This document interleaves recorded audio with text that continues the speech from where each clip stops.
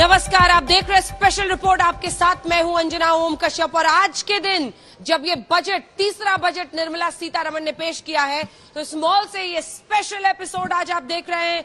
कई केंद्रीय मंत्री हमारे साथ लगातार जुड़ रहे हैं। सवाल यही है कि निर्मला सीतारमण ने आज लगभग 109 मिनट का भाषण दिया। जी हाँ, 109 मिनट, सेंचुरी के आगे भी चले गए। 109 मिनट का भाषण दिया, बजट की तमाम बातें उन्होंने बताई। लेकिन दूसरी तरफ प्रधानमंत्री नरेंद्र मोदी जब सामने आए तो उन्होंने सिर्फ 8 मिनट की बात कही। और 8 मिनट में उन्होंने सरल तरीके से कहा, जान भी जहान भी। उन्होंने कहा है कि एक तरफ जिंदगी बचाने की भी चुनौती थी, दूसरी तरफ कैसे रोजी रोटी को बचाया जाए, इसको लेकर भी एक संघर्ष था।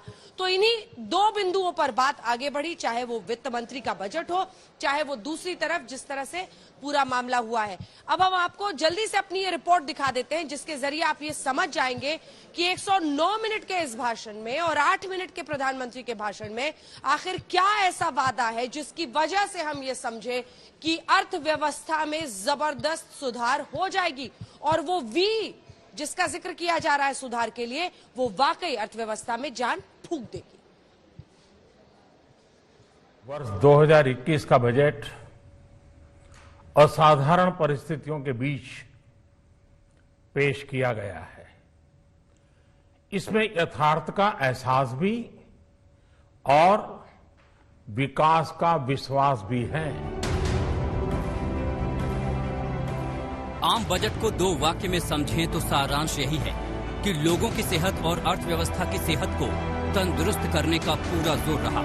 109 मिनट के बजट संबोधन में वित्त मंत्री निर्मला सीतारमण ने नए भारत के नींव से लेकर निर्माण का ब्लूप्रिंट पढ़कर सुनाया। But what we have endured with COVID-19 to 2020 is due sui generis. When I presented the budget 2020-2021, corona संकट में आई बजट की व्याख्या करने वाले नकारात्मक से लेकर सकारात्मक तर्क दे सकते हैं, लेकिन प्रधानमंत्री के संदेश से एक बात स्पष्ट है कि ये बजट नए विजन और नए मिशन वाला है। हम इस बजट में जिन सिद्धांतों को लेकर चले हैं वो हैं ग्रोथ के लिए नए अवसरों, नई संभावनाओं का विस्तार करना, युवाओं के लिए नए अवसरों का निर्माण करना, मानव संसाधन को एक नया आयाम देना, इंफ्रास्ट्रक्चर निर्माण के लिए नए नए क्षेत्रों को विकसित करना, आधुनिकता की तरफ आगे बढ़ना, नए सुधार लाना। साथियों, नियमों और प्रक्रियाओं को सरल बनाकर आम लोगों के जीवन में ईज ऑफ लिविंग को बढ़ाने पर इस बजट में जोर दिया गया है। आम बजट में आने वाले दिनों में भारत कैसे परफॉर्म करेगा, इसका पूरा रोड मैप है। तो रिफॉर्म की भी बात है, जो कोरोना को हराकर देश को नई बुलंदियों तक पहुंचा देगा। मोदी सरकार के जान भी और जहान भी वाले बजट को आप 6 बिंदुओं में समझिए।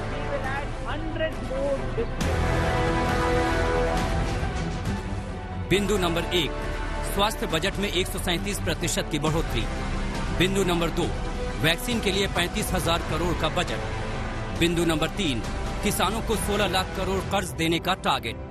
बिंदु नंबर 4, 75 साल के ऊपर वालों को ITR से छूट। बिंदु नंबर 5, इंफ्रास्ट्रक्चर पर दिल खोल कर खर्च। बिंदु नंबर 6, लोगों पर टैक्स का कोई नया बोझ नहीं।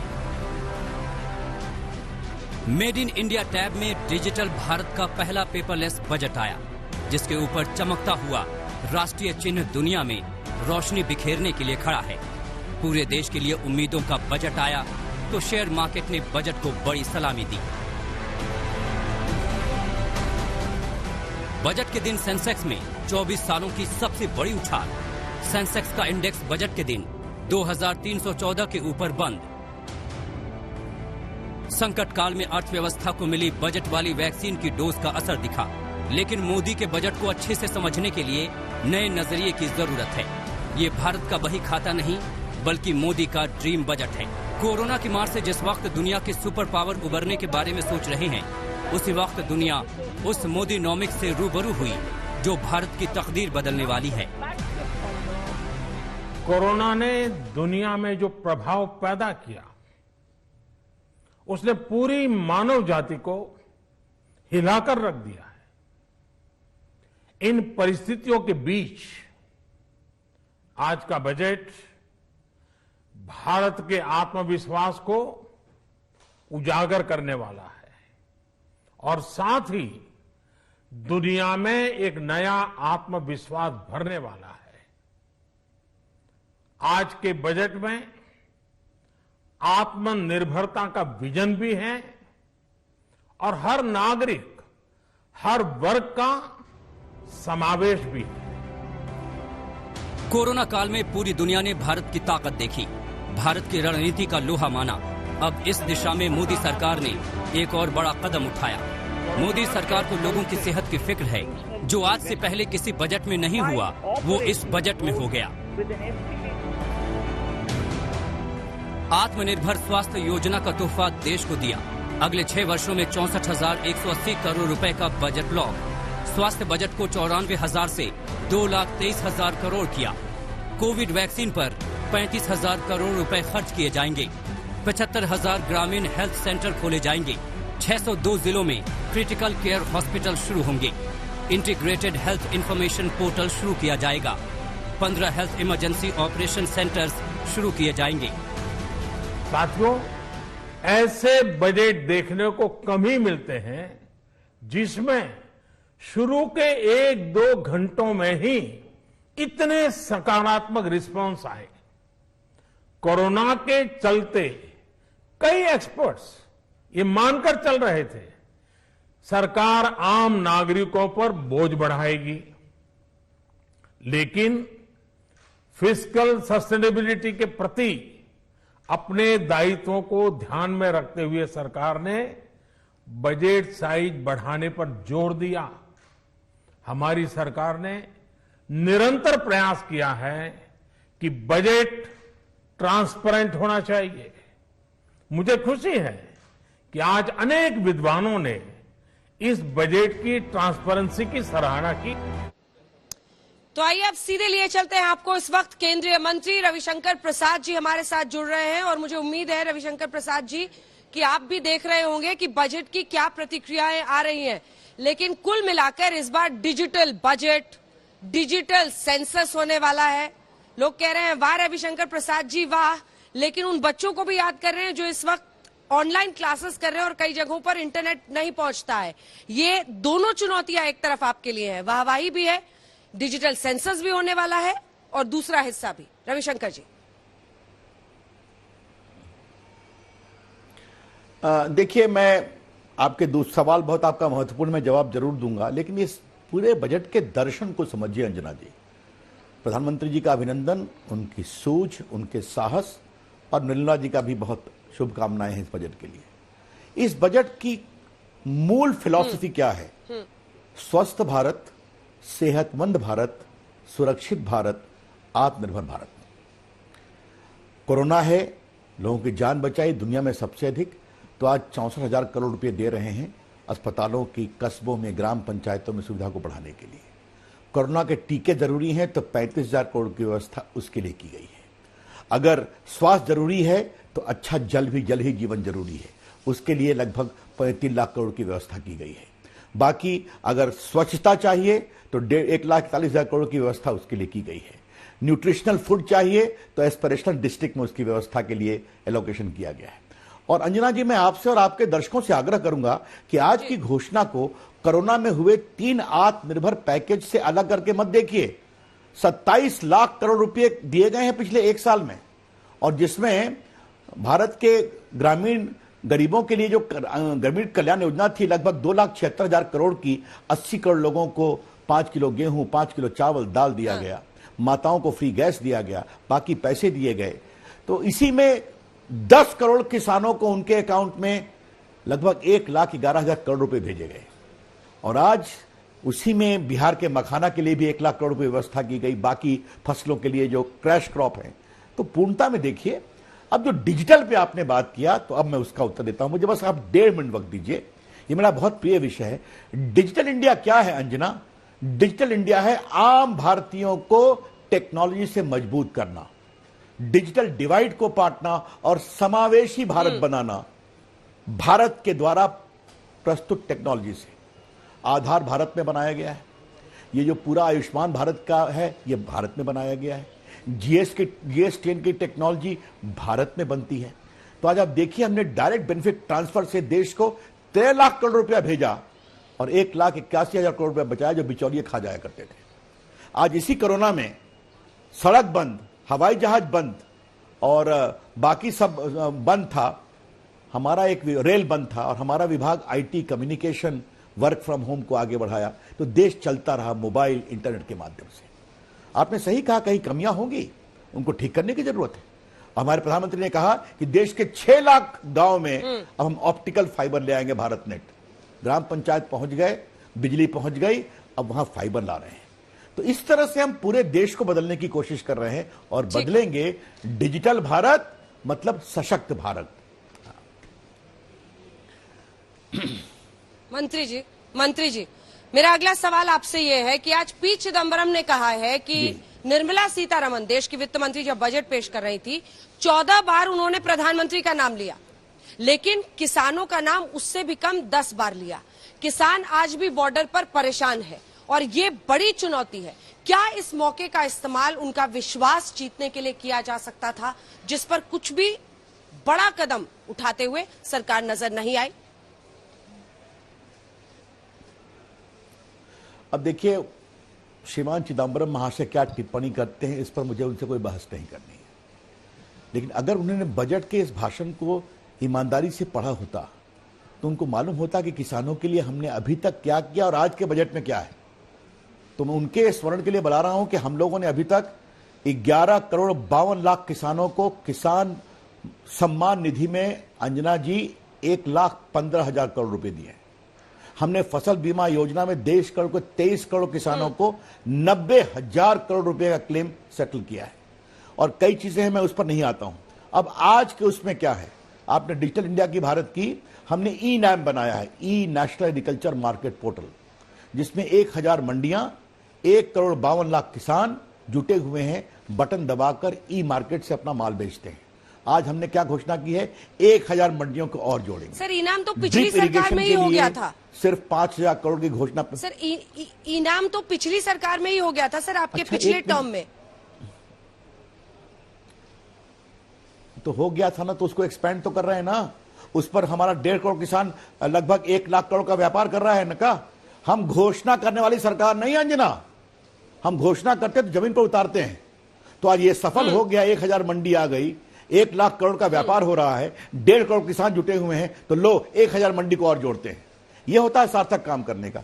आज इसी में लगभग 16 लाख करोड़ रुपए के लिए ढांचा का सुधार की व्यवस्था है कि नहीं, मंडियों की व्यवस्था है कि नहीं, ड्रिप इरिगेशन को, माइक्रो इरिगेशन को 5000 करोड़ का 10,000 करोड़ किया गया कि नहीं किया गया।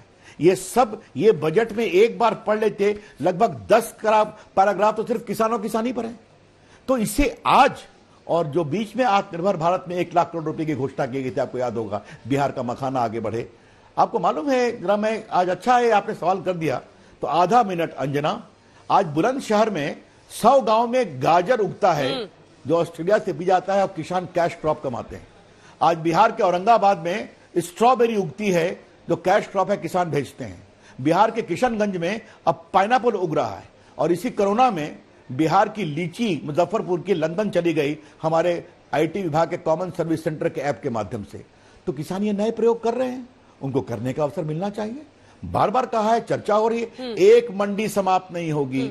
और MSP का सवाल, तो इसमें पूरा 10 पैराग्राफ लिखा हुआ है कि यूपीए सरकार की तुलना में कितना हमने किया, 40% क्या धान, क्या गेहूं, और सबसे तो आश्चर्यचकित है अंजना कि कॉटन, जिसकी पूरी वकालत करते हैं महाराष्ट्र के कृषि नेता लोग, बाकी लोग, 50 करोड़ की तुलना में 25,000 करोड़ का MSP दिया गया है।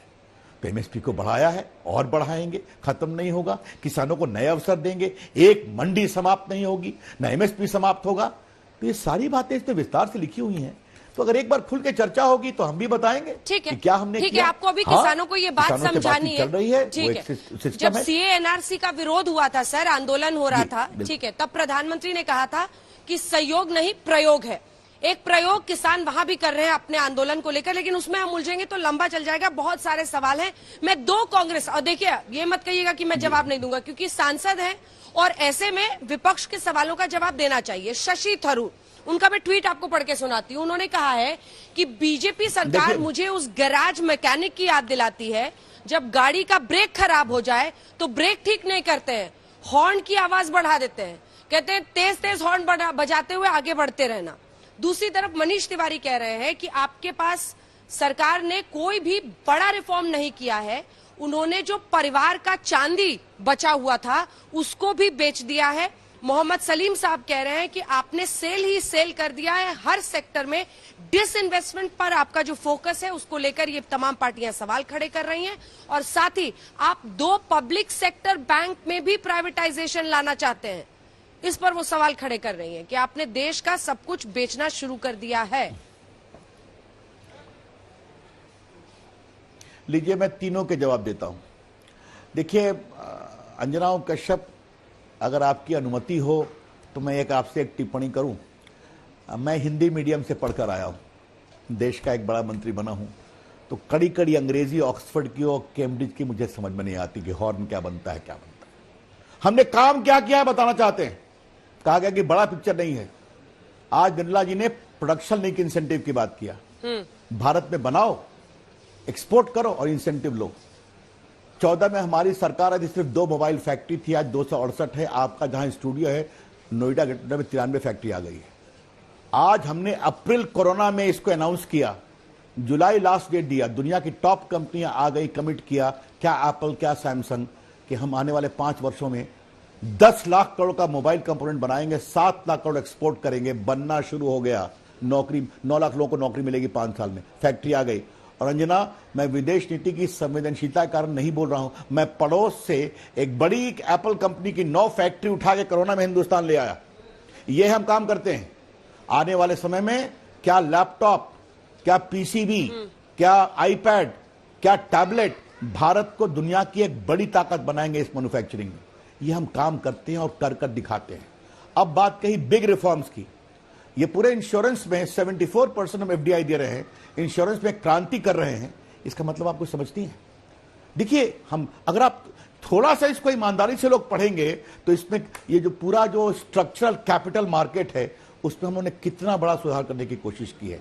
समय की कमी है, उसको मैं अब जहां तक बात आती है डिसइन्वेस्टमेंट की, तो अच्छा है आज ये चर्चा आई है तो 1 मिनट का वक्त दे दीजिए।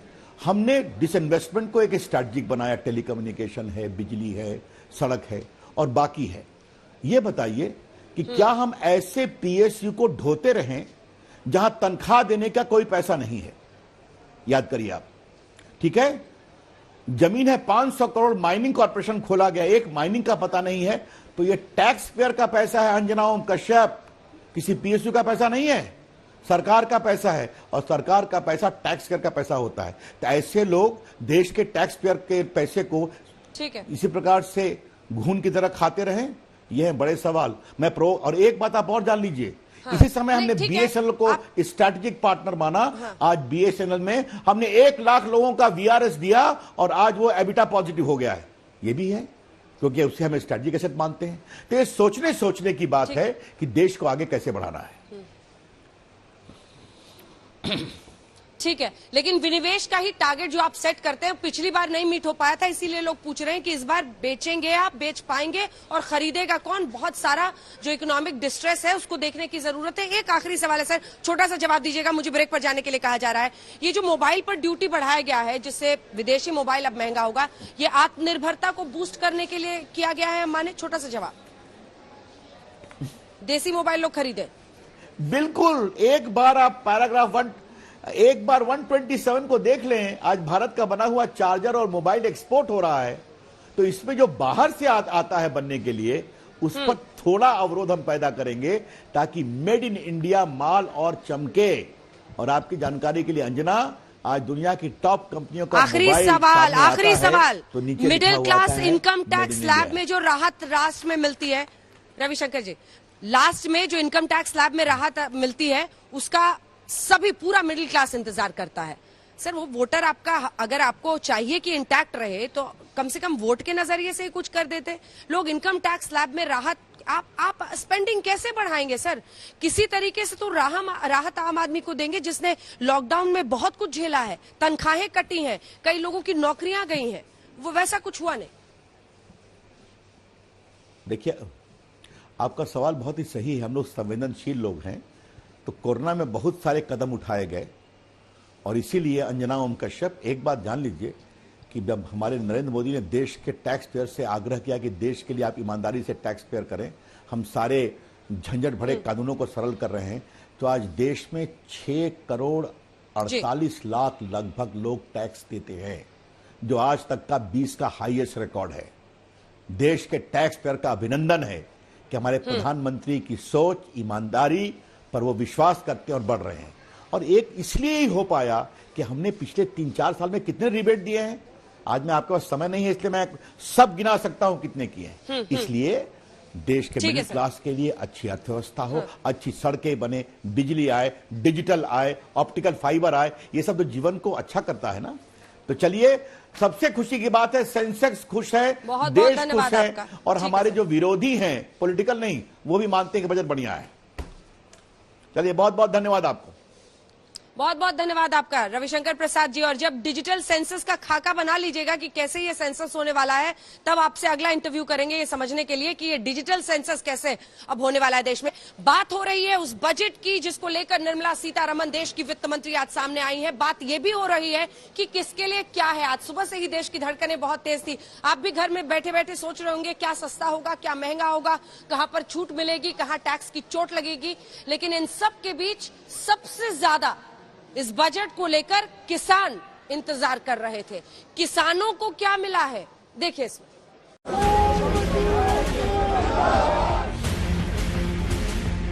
किसान मजदूर मुलाजिम एकता जिंदाबाद।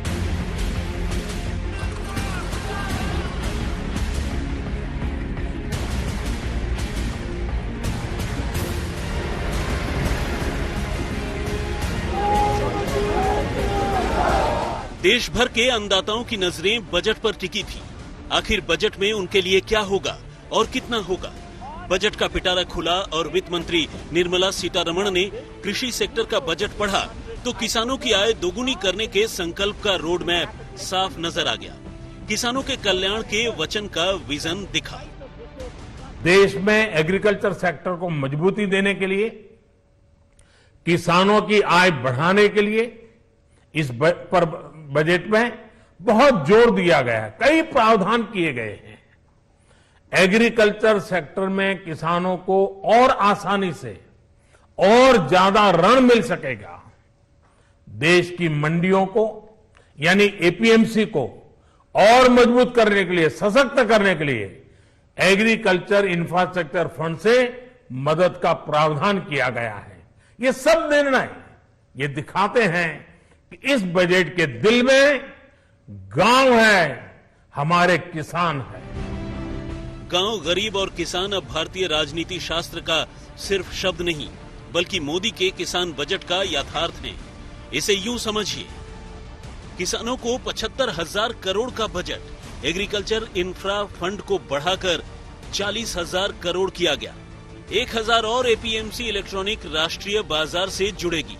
माइक्रो इरिगेशन फंड को दोगुना कर 10,000 करोड़ किया। 1,72,000 करोड़ तक पहुंच सकता है धान की खरीद का आंकड़ा। एमएसपी पर कपास की रिकॉर्ड तोड़ खरीद की गई।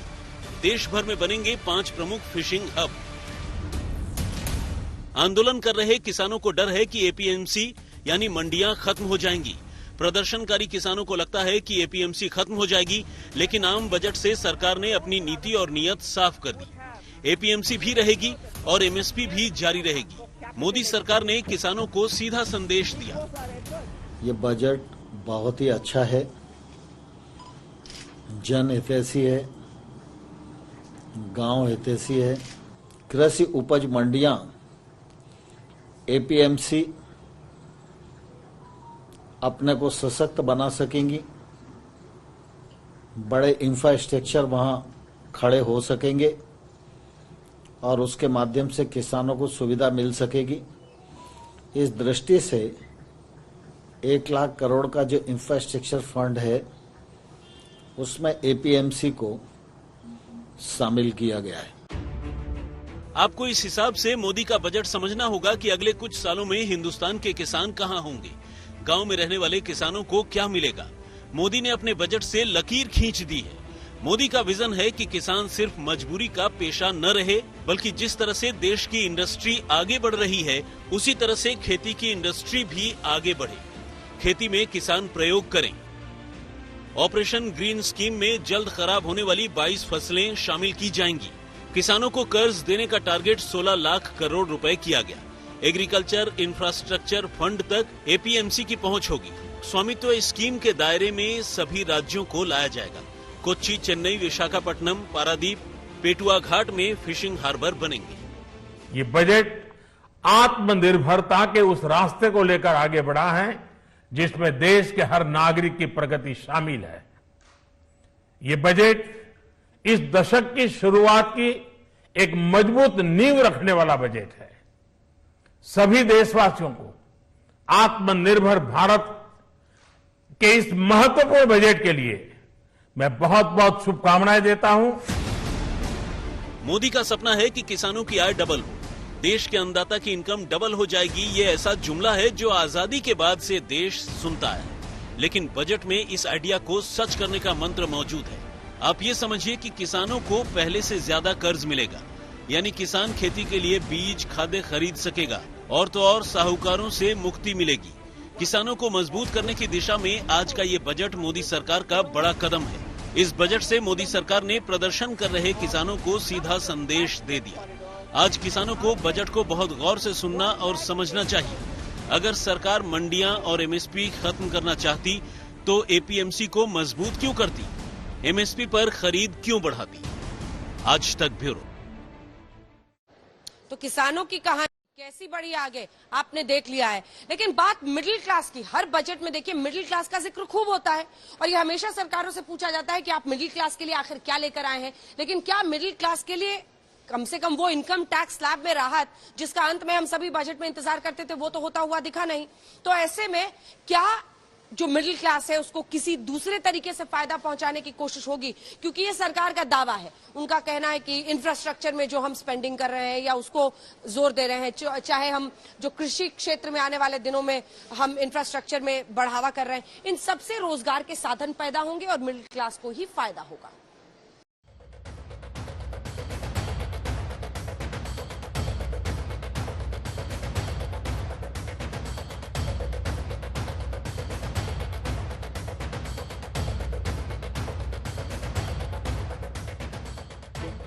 आम बजट में हाईवे निर्माण के लिए बड़ा ऐलान किया गया। आप सोचेंगे कि हाईवे बनेंगे तो क्या होगा, इसे गौर से समझिए। देश का हर गांव नेशनल हाईवे से जुड़ेंगे, तभी तो गांव में बैठे किसानों का अनाज पूरे देश तक पहुंचेगा। एक तरफ किसानों की जेब भरेगी तो दूसरी तरफ आपकी जेब महंगाई से नहीं कटेगी। गांव में पानी, बिजली, घर तो हो गया, लेकिन हाईवे नहीं पहुंचा तो काम कैसे चलेगा। तमिलनाडु में 3500 किलोमीटर एनएच बनेगा, 1.03 लाख करोड़ रुपए खर्च होंगे। केरल में 1100 किलोमीटर एनएच बनेगा, 65,000 करोड़ रुपए खर्च होगा। पश्चिम बंगाल में 25,000 करोड़ से हाईवे बनेगा। असम में 34,000 करोड़ से एनएच का विस्तार होगा। कि इस बजट में दक्षिण के हमारे राज्य, पूर्वोत्तर के हमारे राज्य और उत्तर में लेह लद्दाख जैसे क्षेत्रों में विकास पर विशेष ध्यान दिया है। ये बजट भारत के कोस्टल स्टेट्स जैसे तमिलनाडु, केरल, पश्चिम बंगाल, इनको एक बिजनेस पावर हाउस बनाने की दिशा में एक बड़ा कदम उठाए। नॉर्थ ईस्ट के राज्य जैसे असम के अनएक्सप्लोर्ड पोटेंशियल को टैप करने में बजट बहुत बड़ी मदद करेगा। इंफ्रास्ट्रक्चर पर खर्च का दायरा सिर्फ इतना नहीं है। नेशनल मॉनिटाइजेशन पाइपलाइन लॉन्च होगी तो शहरों में पब्लिक ट्रांसपोर्ट का बड़ा नेटवर्क खड़ा किया जाएगा।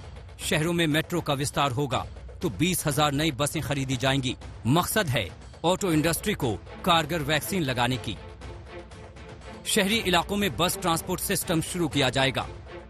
पीपीई मॉडल पर 20,000 बसें तैयार होंगी। कोची मेट्रो में 1900 करोड़ से 11 किलोमीटर का विस्तार होगा। चेन्नई में 63,000 करोड़ रुपए से 180 किलोमीटर लंबा मेट्रो रूट बनेगा। बेंगलुरु में भी 14,788 करोड़ रुपए से 58 किलोमीटर लंबी मेट्रो लाइन बनेगी।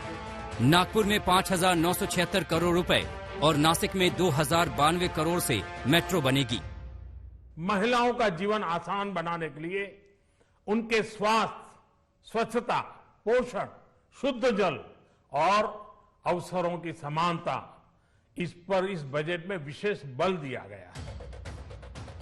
देश की आजादी को 73 साल हो गए, लेकिन देश में बच्चे पढ़ेंगे कैसे, बढ़ेंगे कैसे?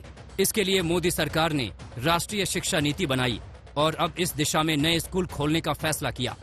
शहरों से लेकर आदिवासियों के इलाकों तक वर्ल्ड क्लास पढ़ाई पहुंचेगी।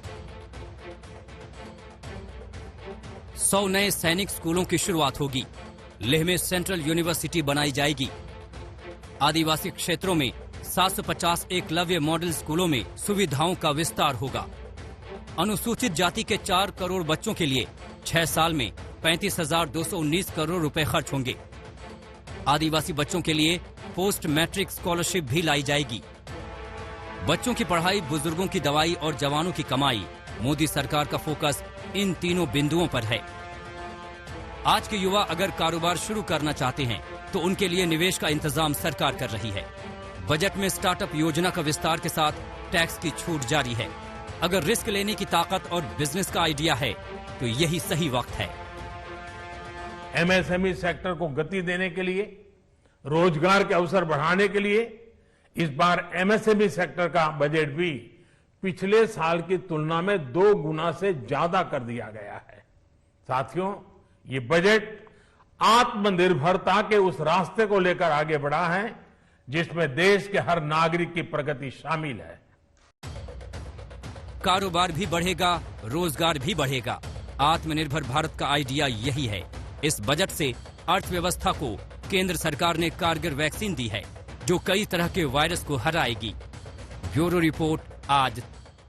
बजट में इस बार निर्मला सीतारमण वित्त मंत्री ने बैंकिंग क्षेत्र में भी कई घोषणाएं की हैं, जिनमें खास तौर पर 2 पब्लिक सेक्टर बैंक्स के प्राइवेटाइजेशन का मुद्दा है। और इसी पर बात करने के लिए हमारे साथ दिनेश कुमार खारा साहब, जो कि चेयरमैन है एसबीआई के, वो सीधा आज तक पर जुड़ रहे हैं। दिनेश जी, कहीं आप वो तो नहीं, क्योंकि दोनों जो पब्लिक सेक्टर बैंक्स हैं जिनमें प्राइवेटाइज करने की सरकार सोच रही है, उनका नाम नहीं बताया गया है।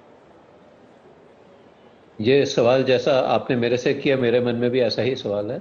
इस बारे में जवाब देना अभी संभव नहीं, क्योंकि मेरे पास ऐसी कोई सूचना नहीं है।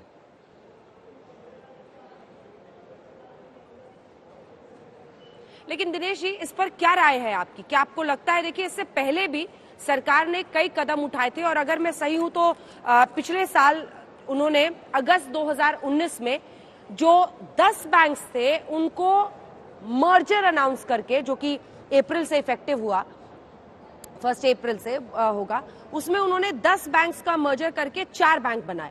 तो क्या आप सरकारी बैंकों के प्राइवेटाइजेशन से इन प्रिंसिपल सहमत है?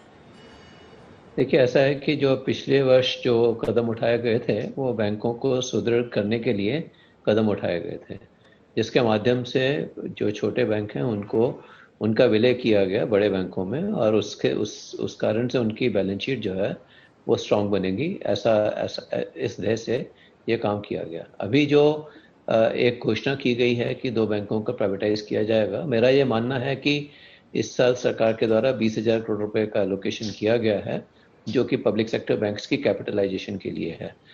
मैं ये समझता हूँ कि जहाँ तक सरकार का सवाल है, सरकार के विचार में पब्लिक सेक्टर बैंक और प्राइवेट सेक्टर बैंक दोनों ही एक अहम भूमिका अदा करते हैं किसी भी इकोनॉमी के क्रिएशन में और जो है इकोनॉमी को स्ट्रेंथन करने में। तो मेरे विचार में शायद इस विषय में मैं इस घोषणा को इसी संदर्भ में देख रहा हूँ।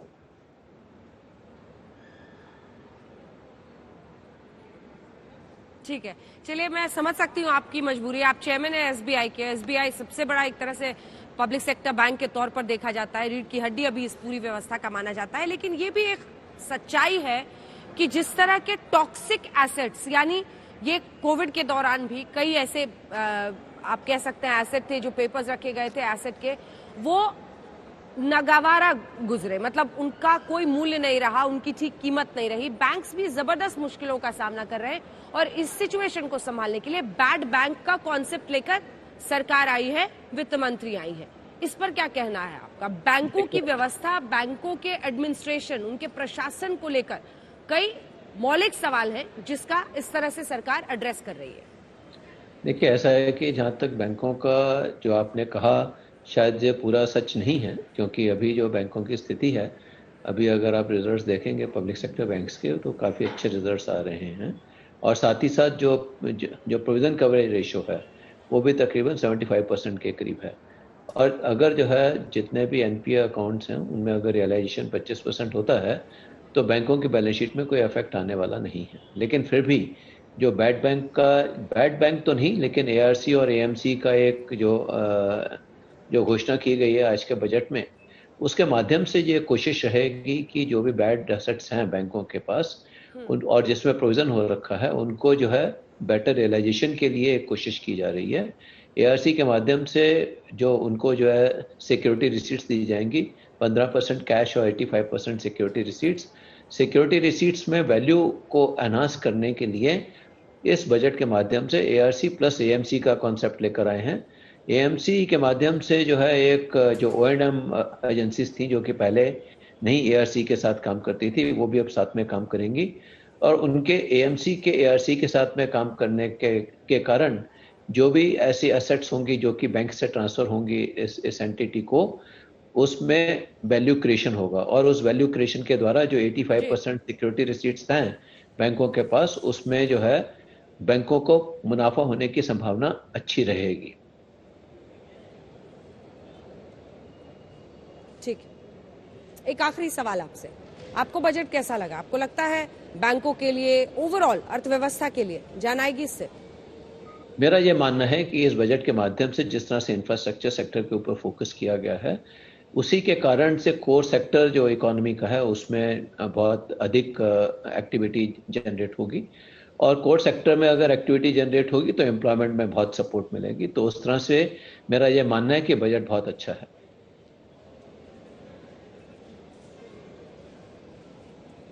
बैंक लोन देने में हिचकिचाएंगे तो नहीं? बैंक पहले भी कभी लोन देने में नहीं हिचकिचाते थे और अभी आगे भी नहीं हिचकिचाएंगे। चलिए, बहुत बहुत धन्यवाद। हमारे साथ दिनेश खारा जी जुड़े हुए थे, चेयरमैन एसबीआई के, जिनका ये मानना है कि इस बजट के जरिए अर्थव्यवस्था में हम आने वाले दिनों में सुधार देखेंगे और जिस तरह की कदम उठाए गए हैं वित्त मंत्री द्वारा, उससे अर्थव्यवस्था लॉन्ग टर्म में उसमें बदलाव देखा जाएगा।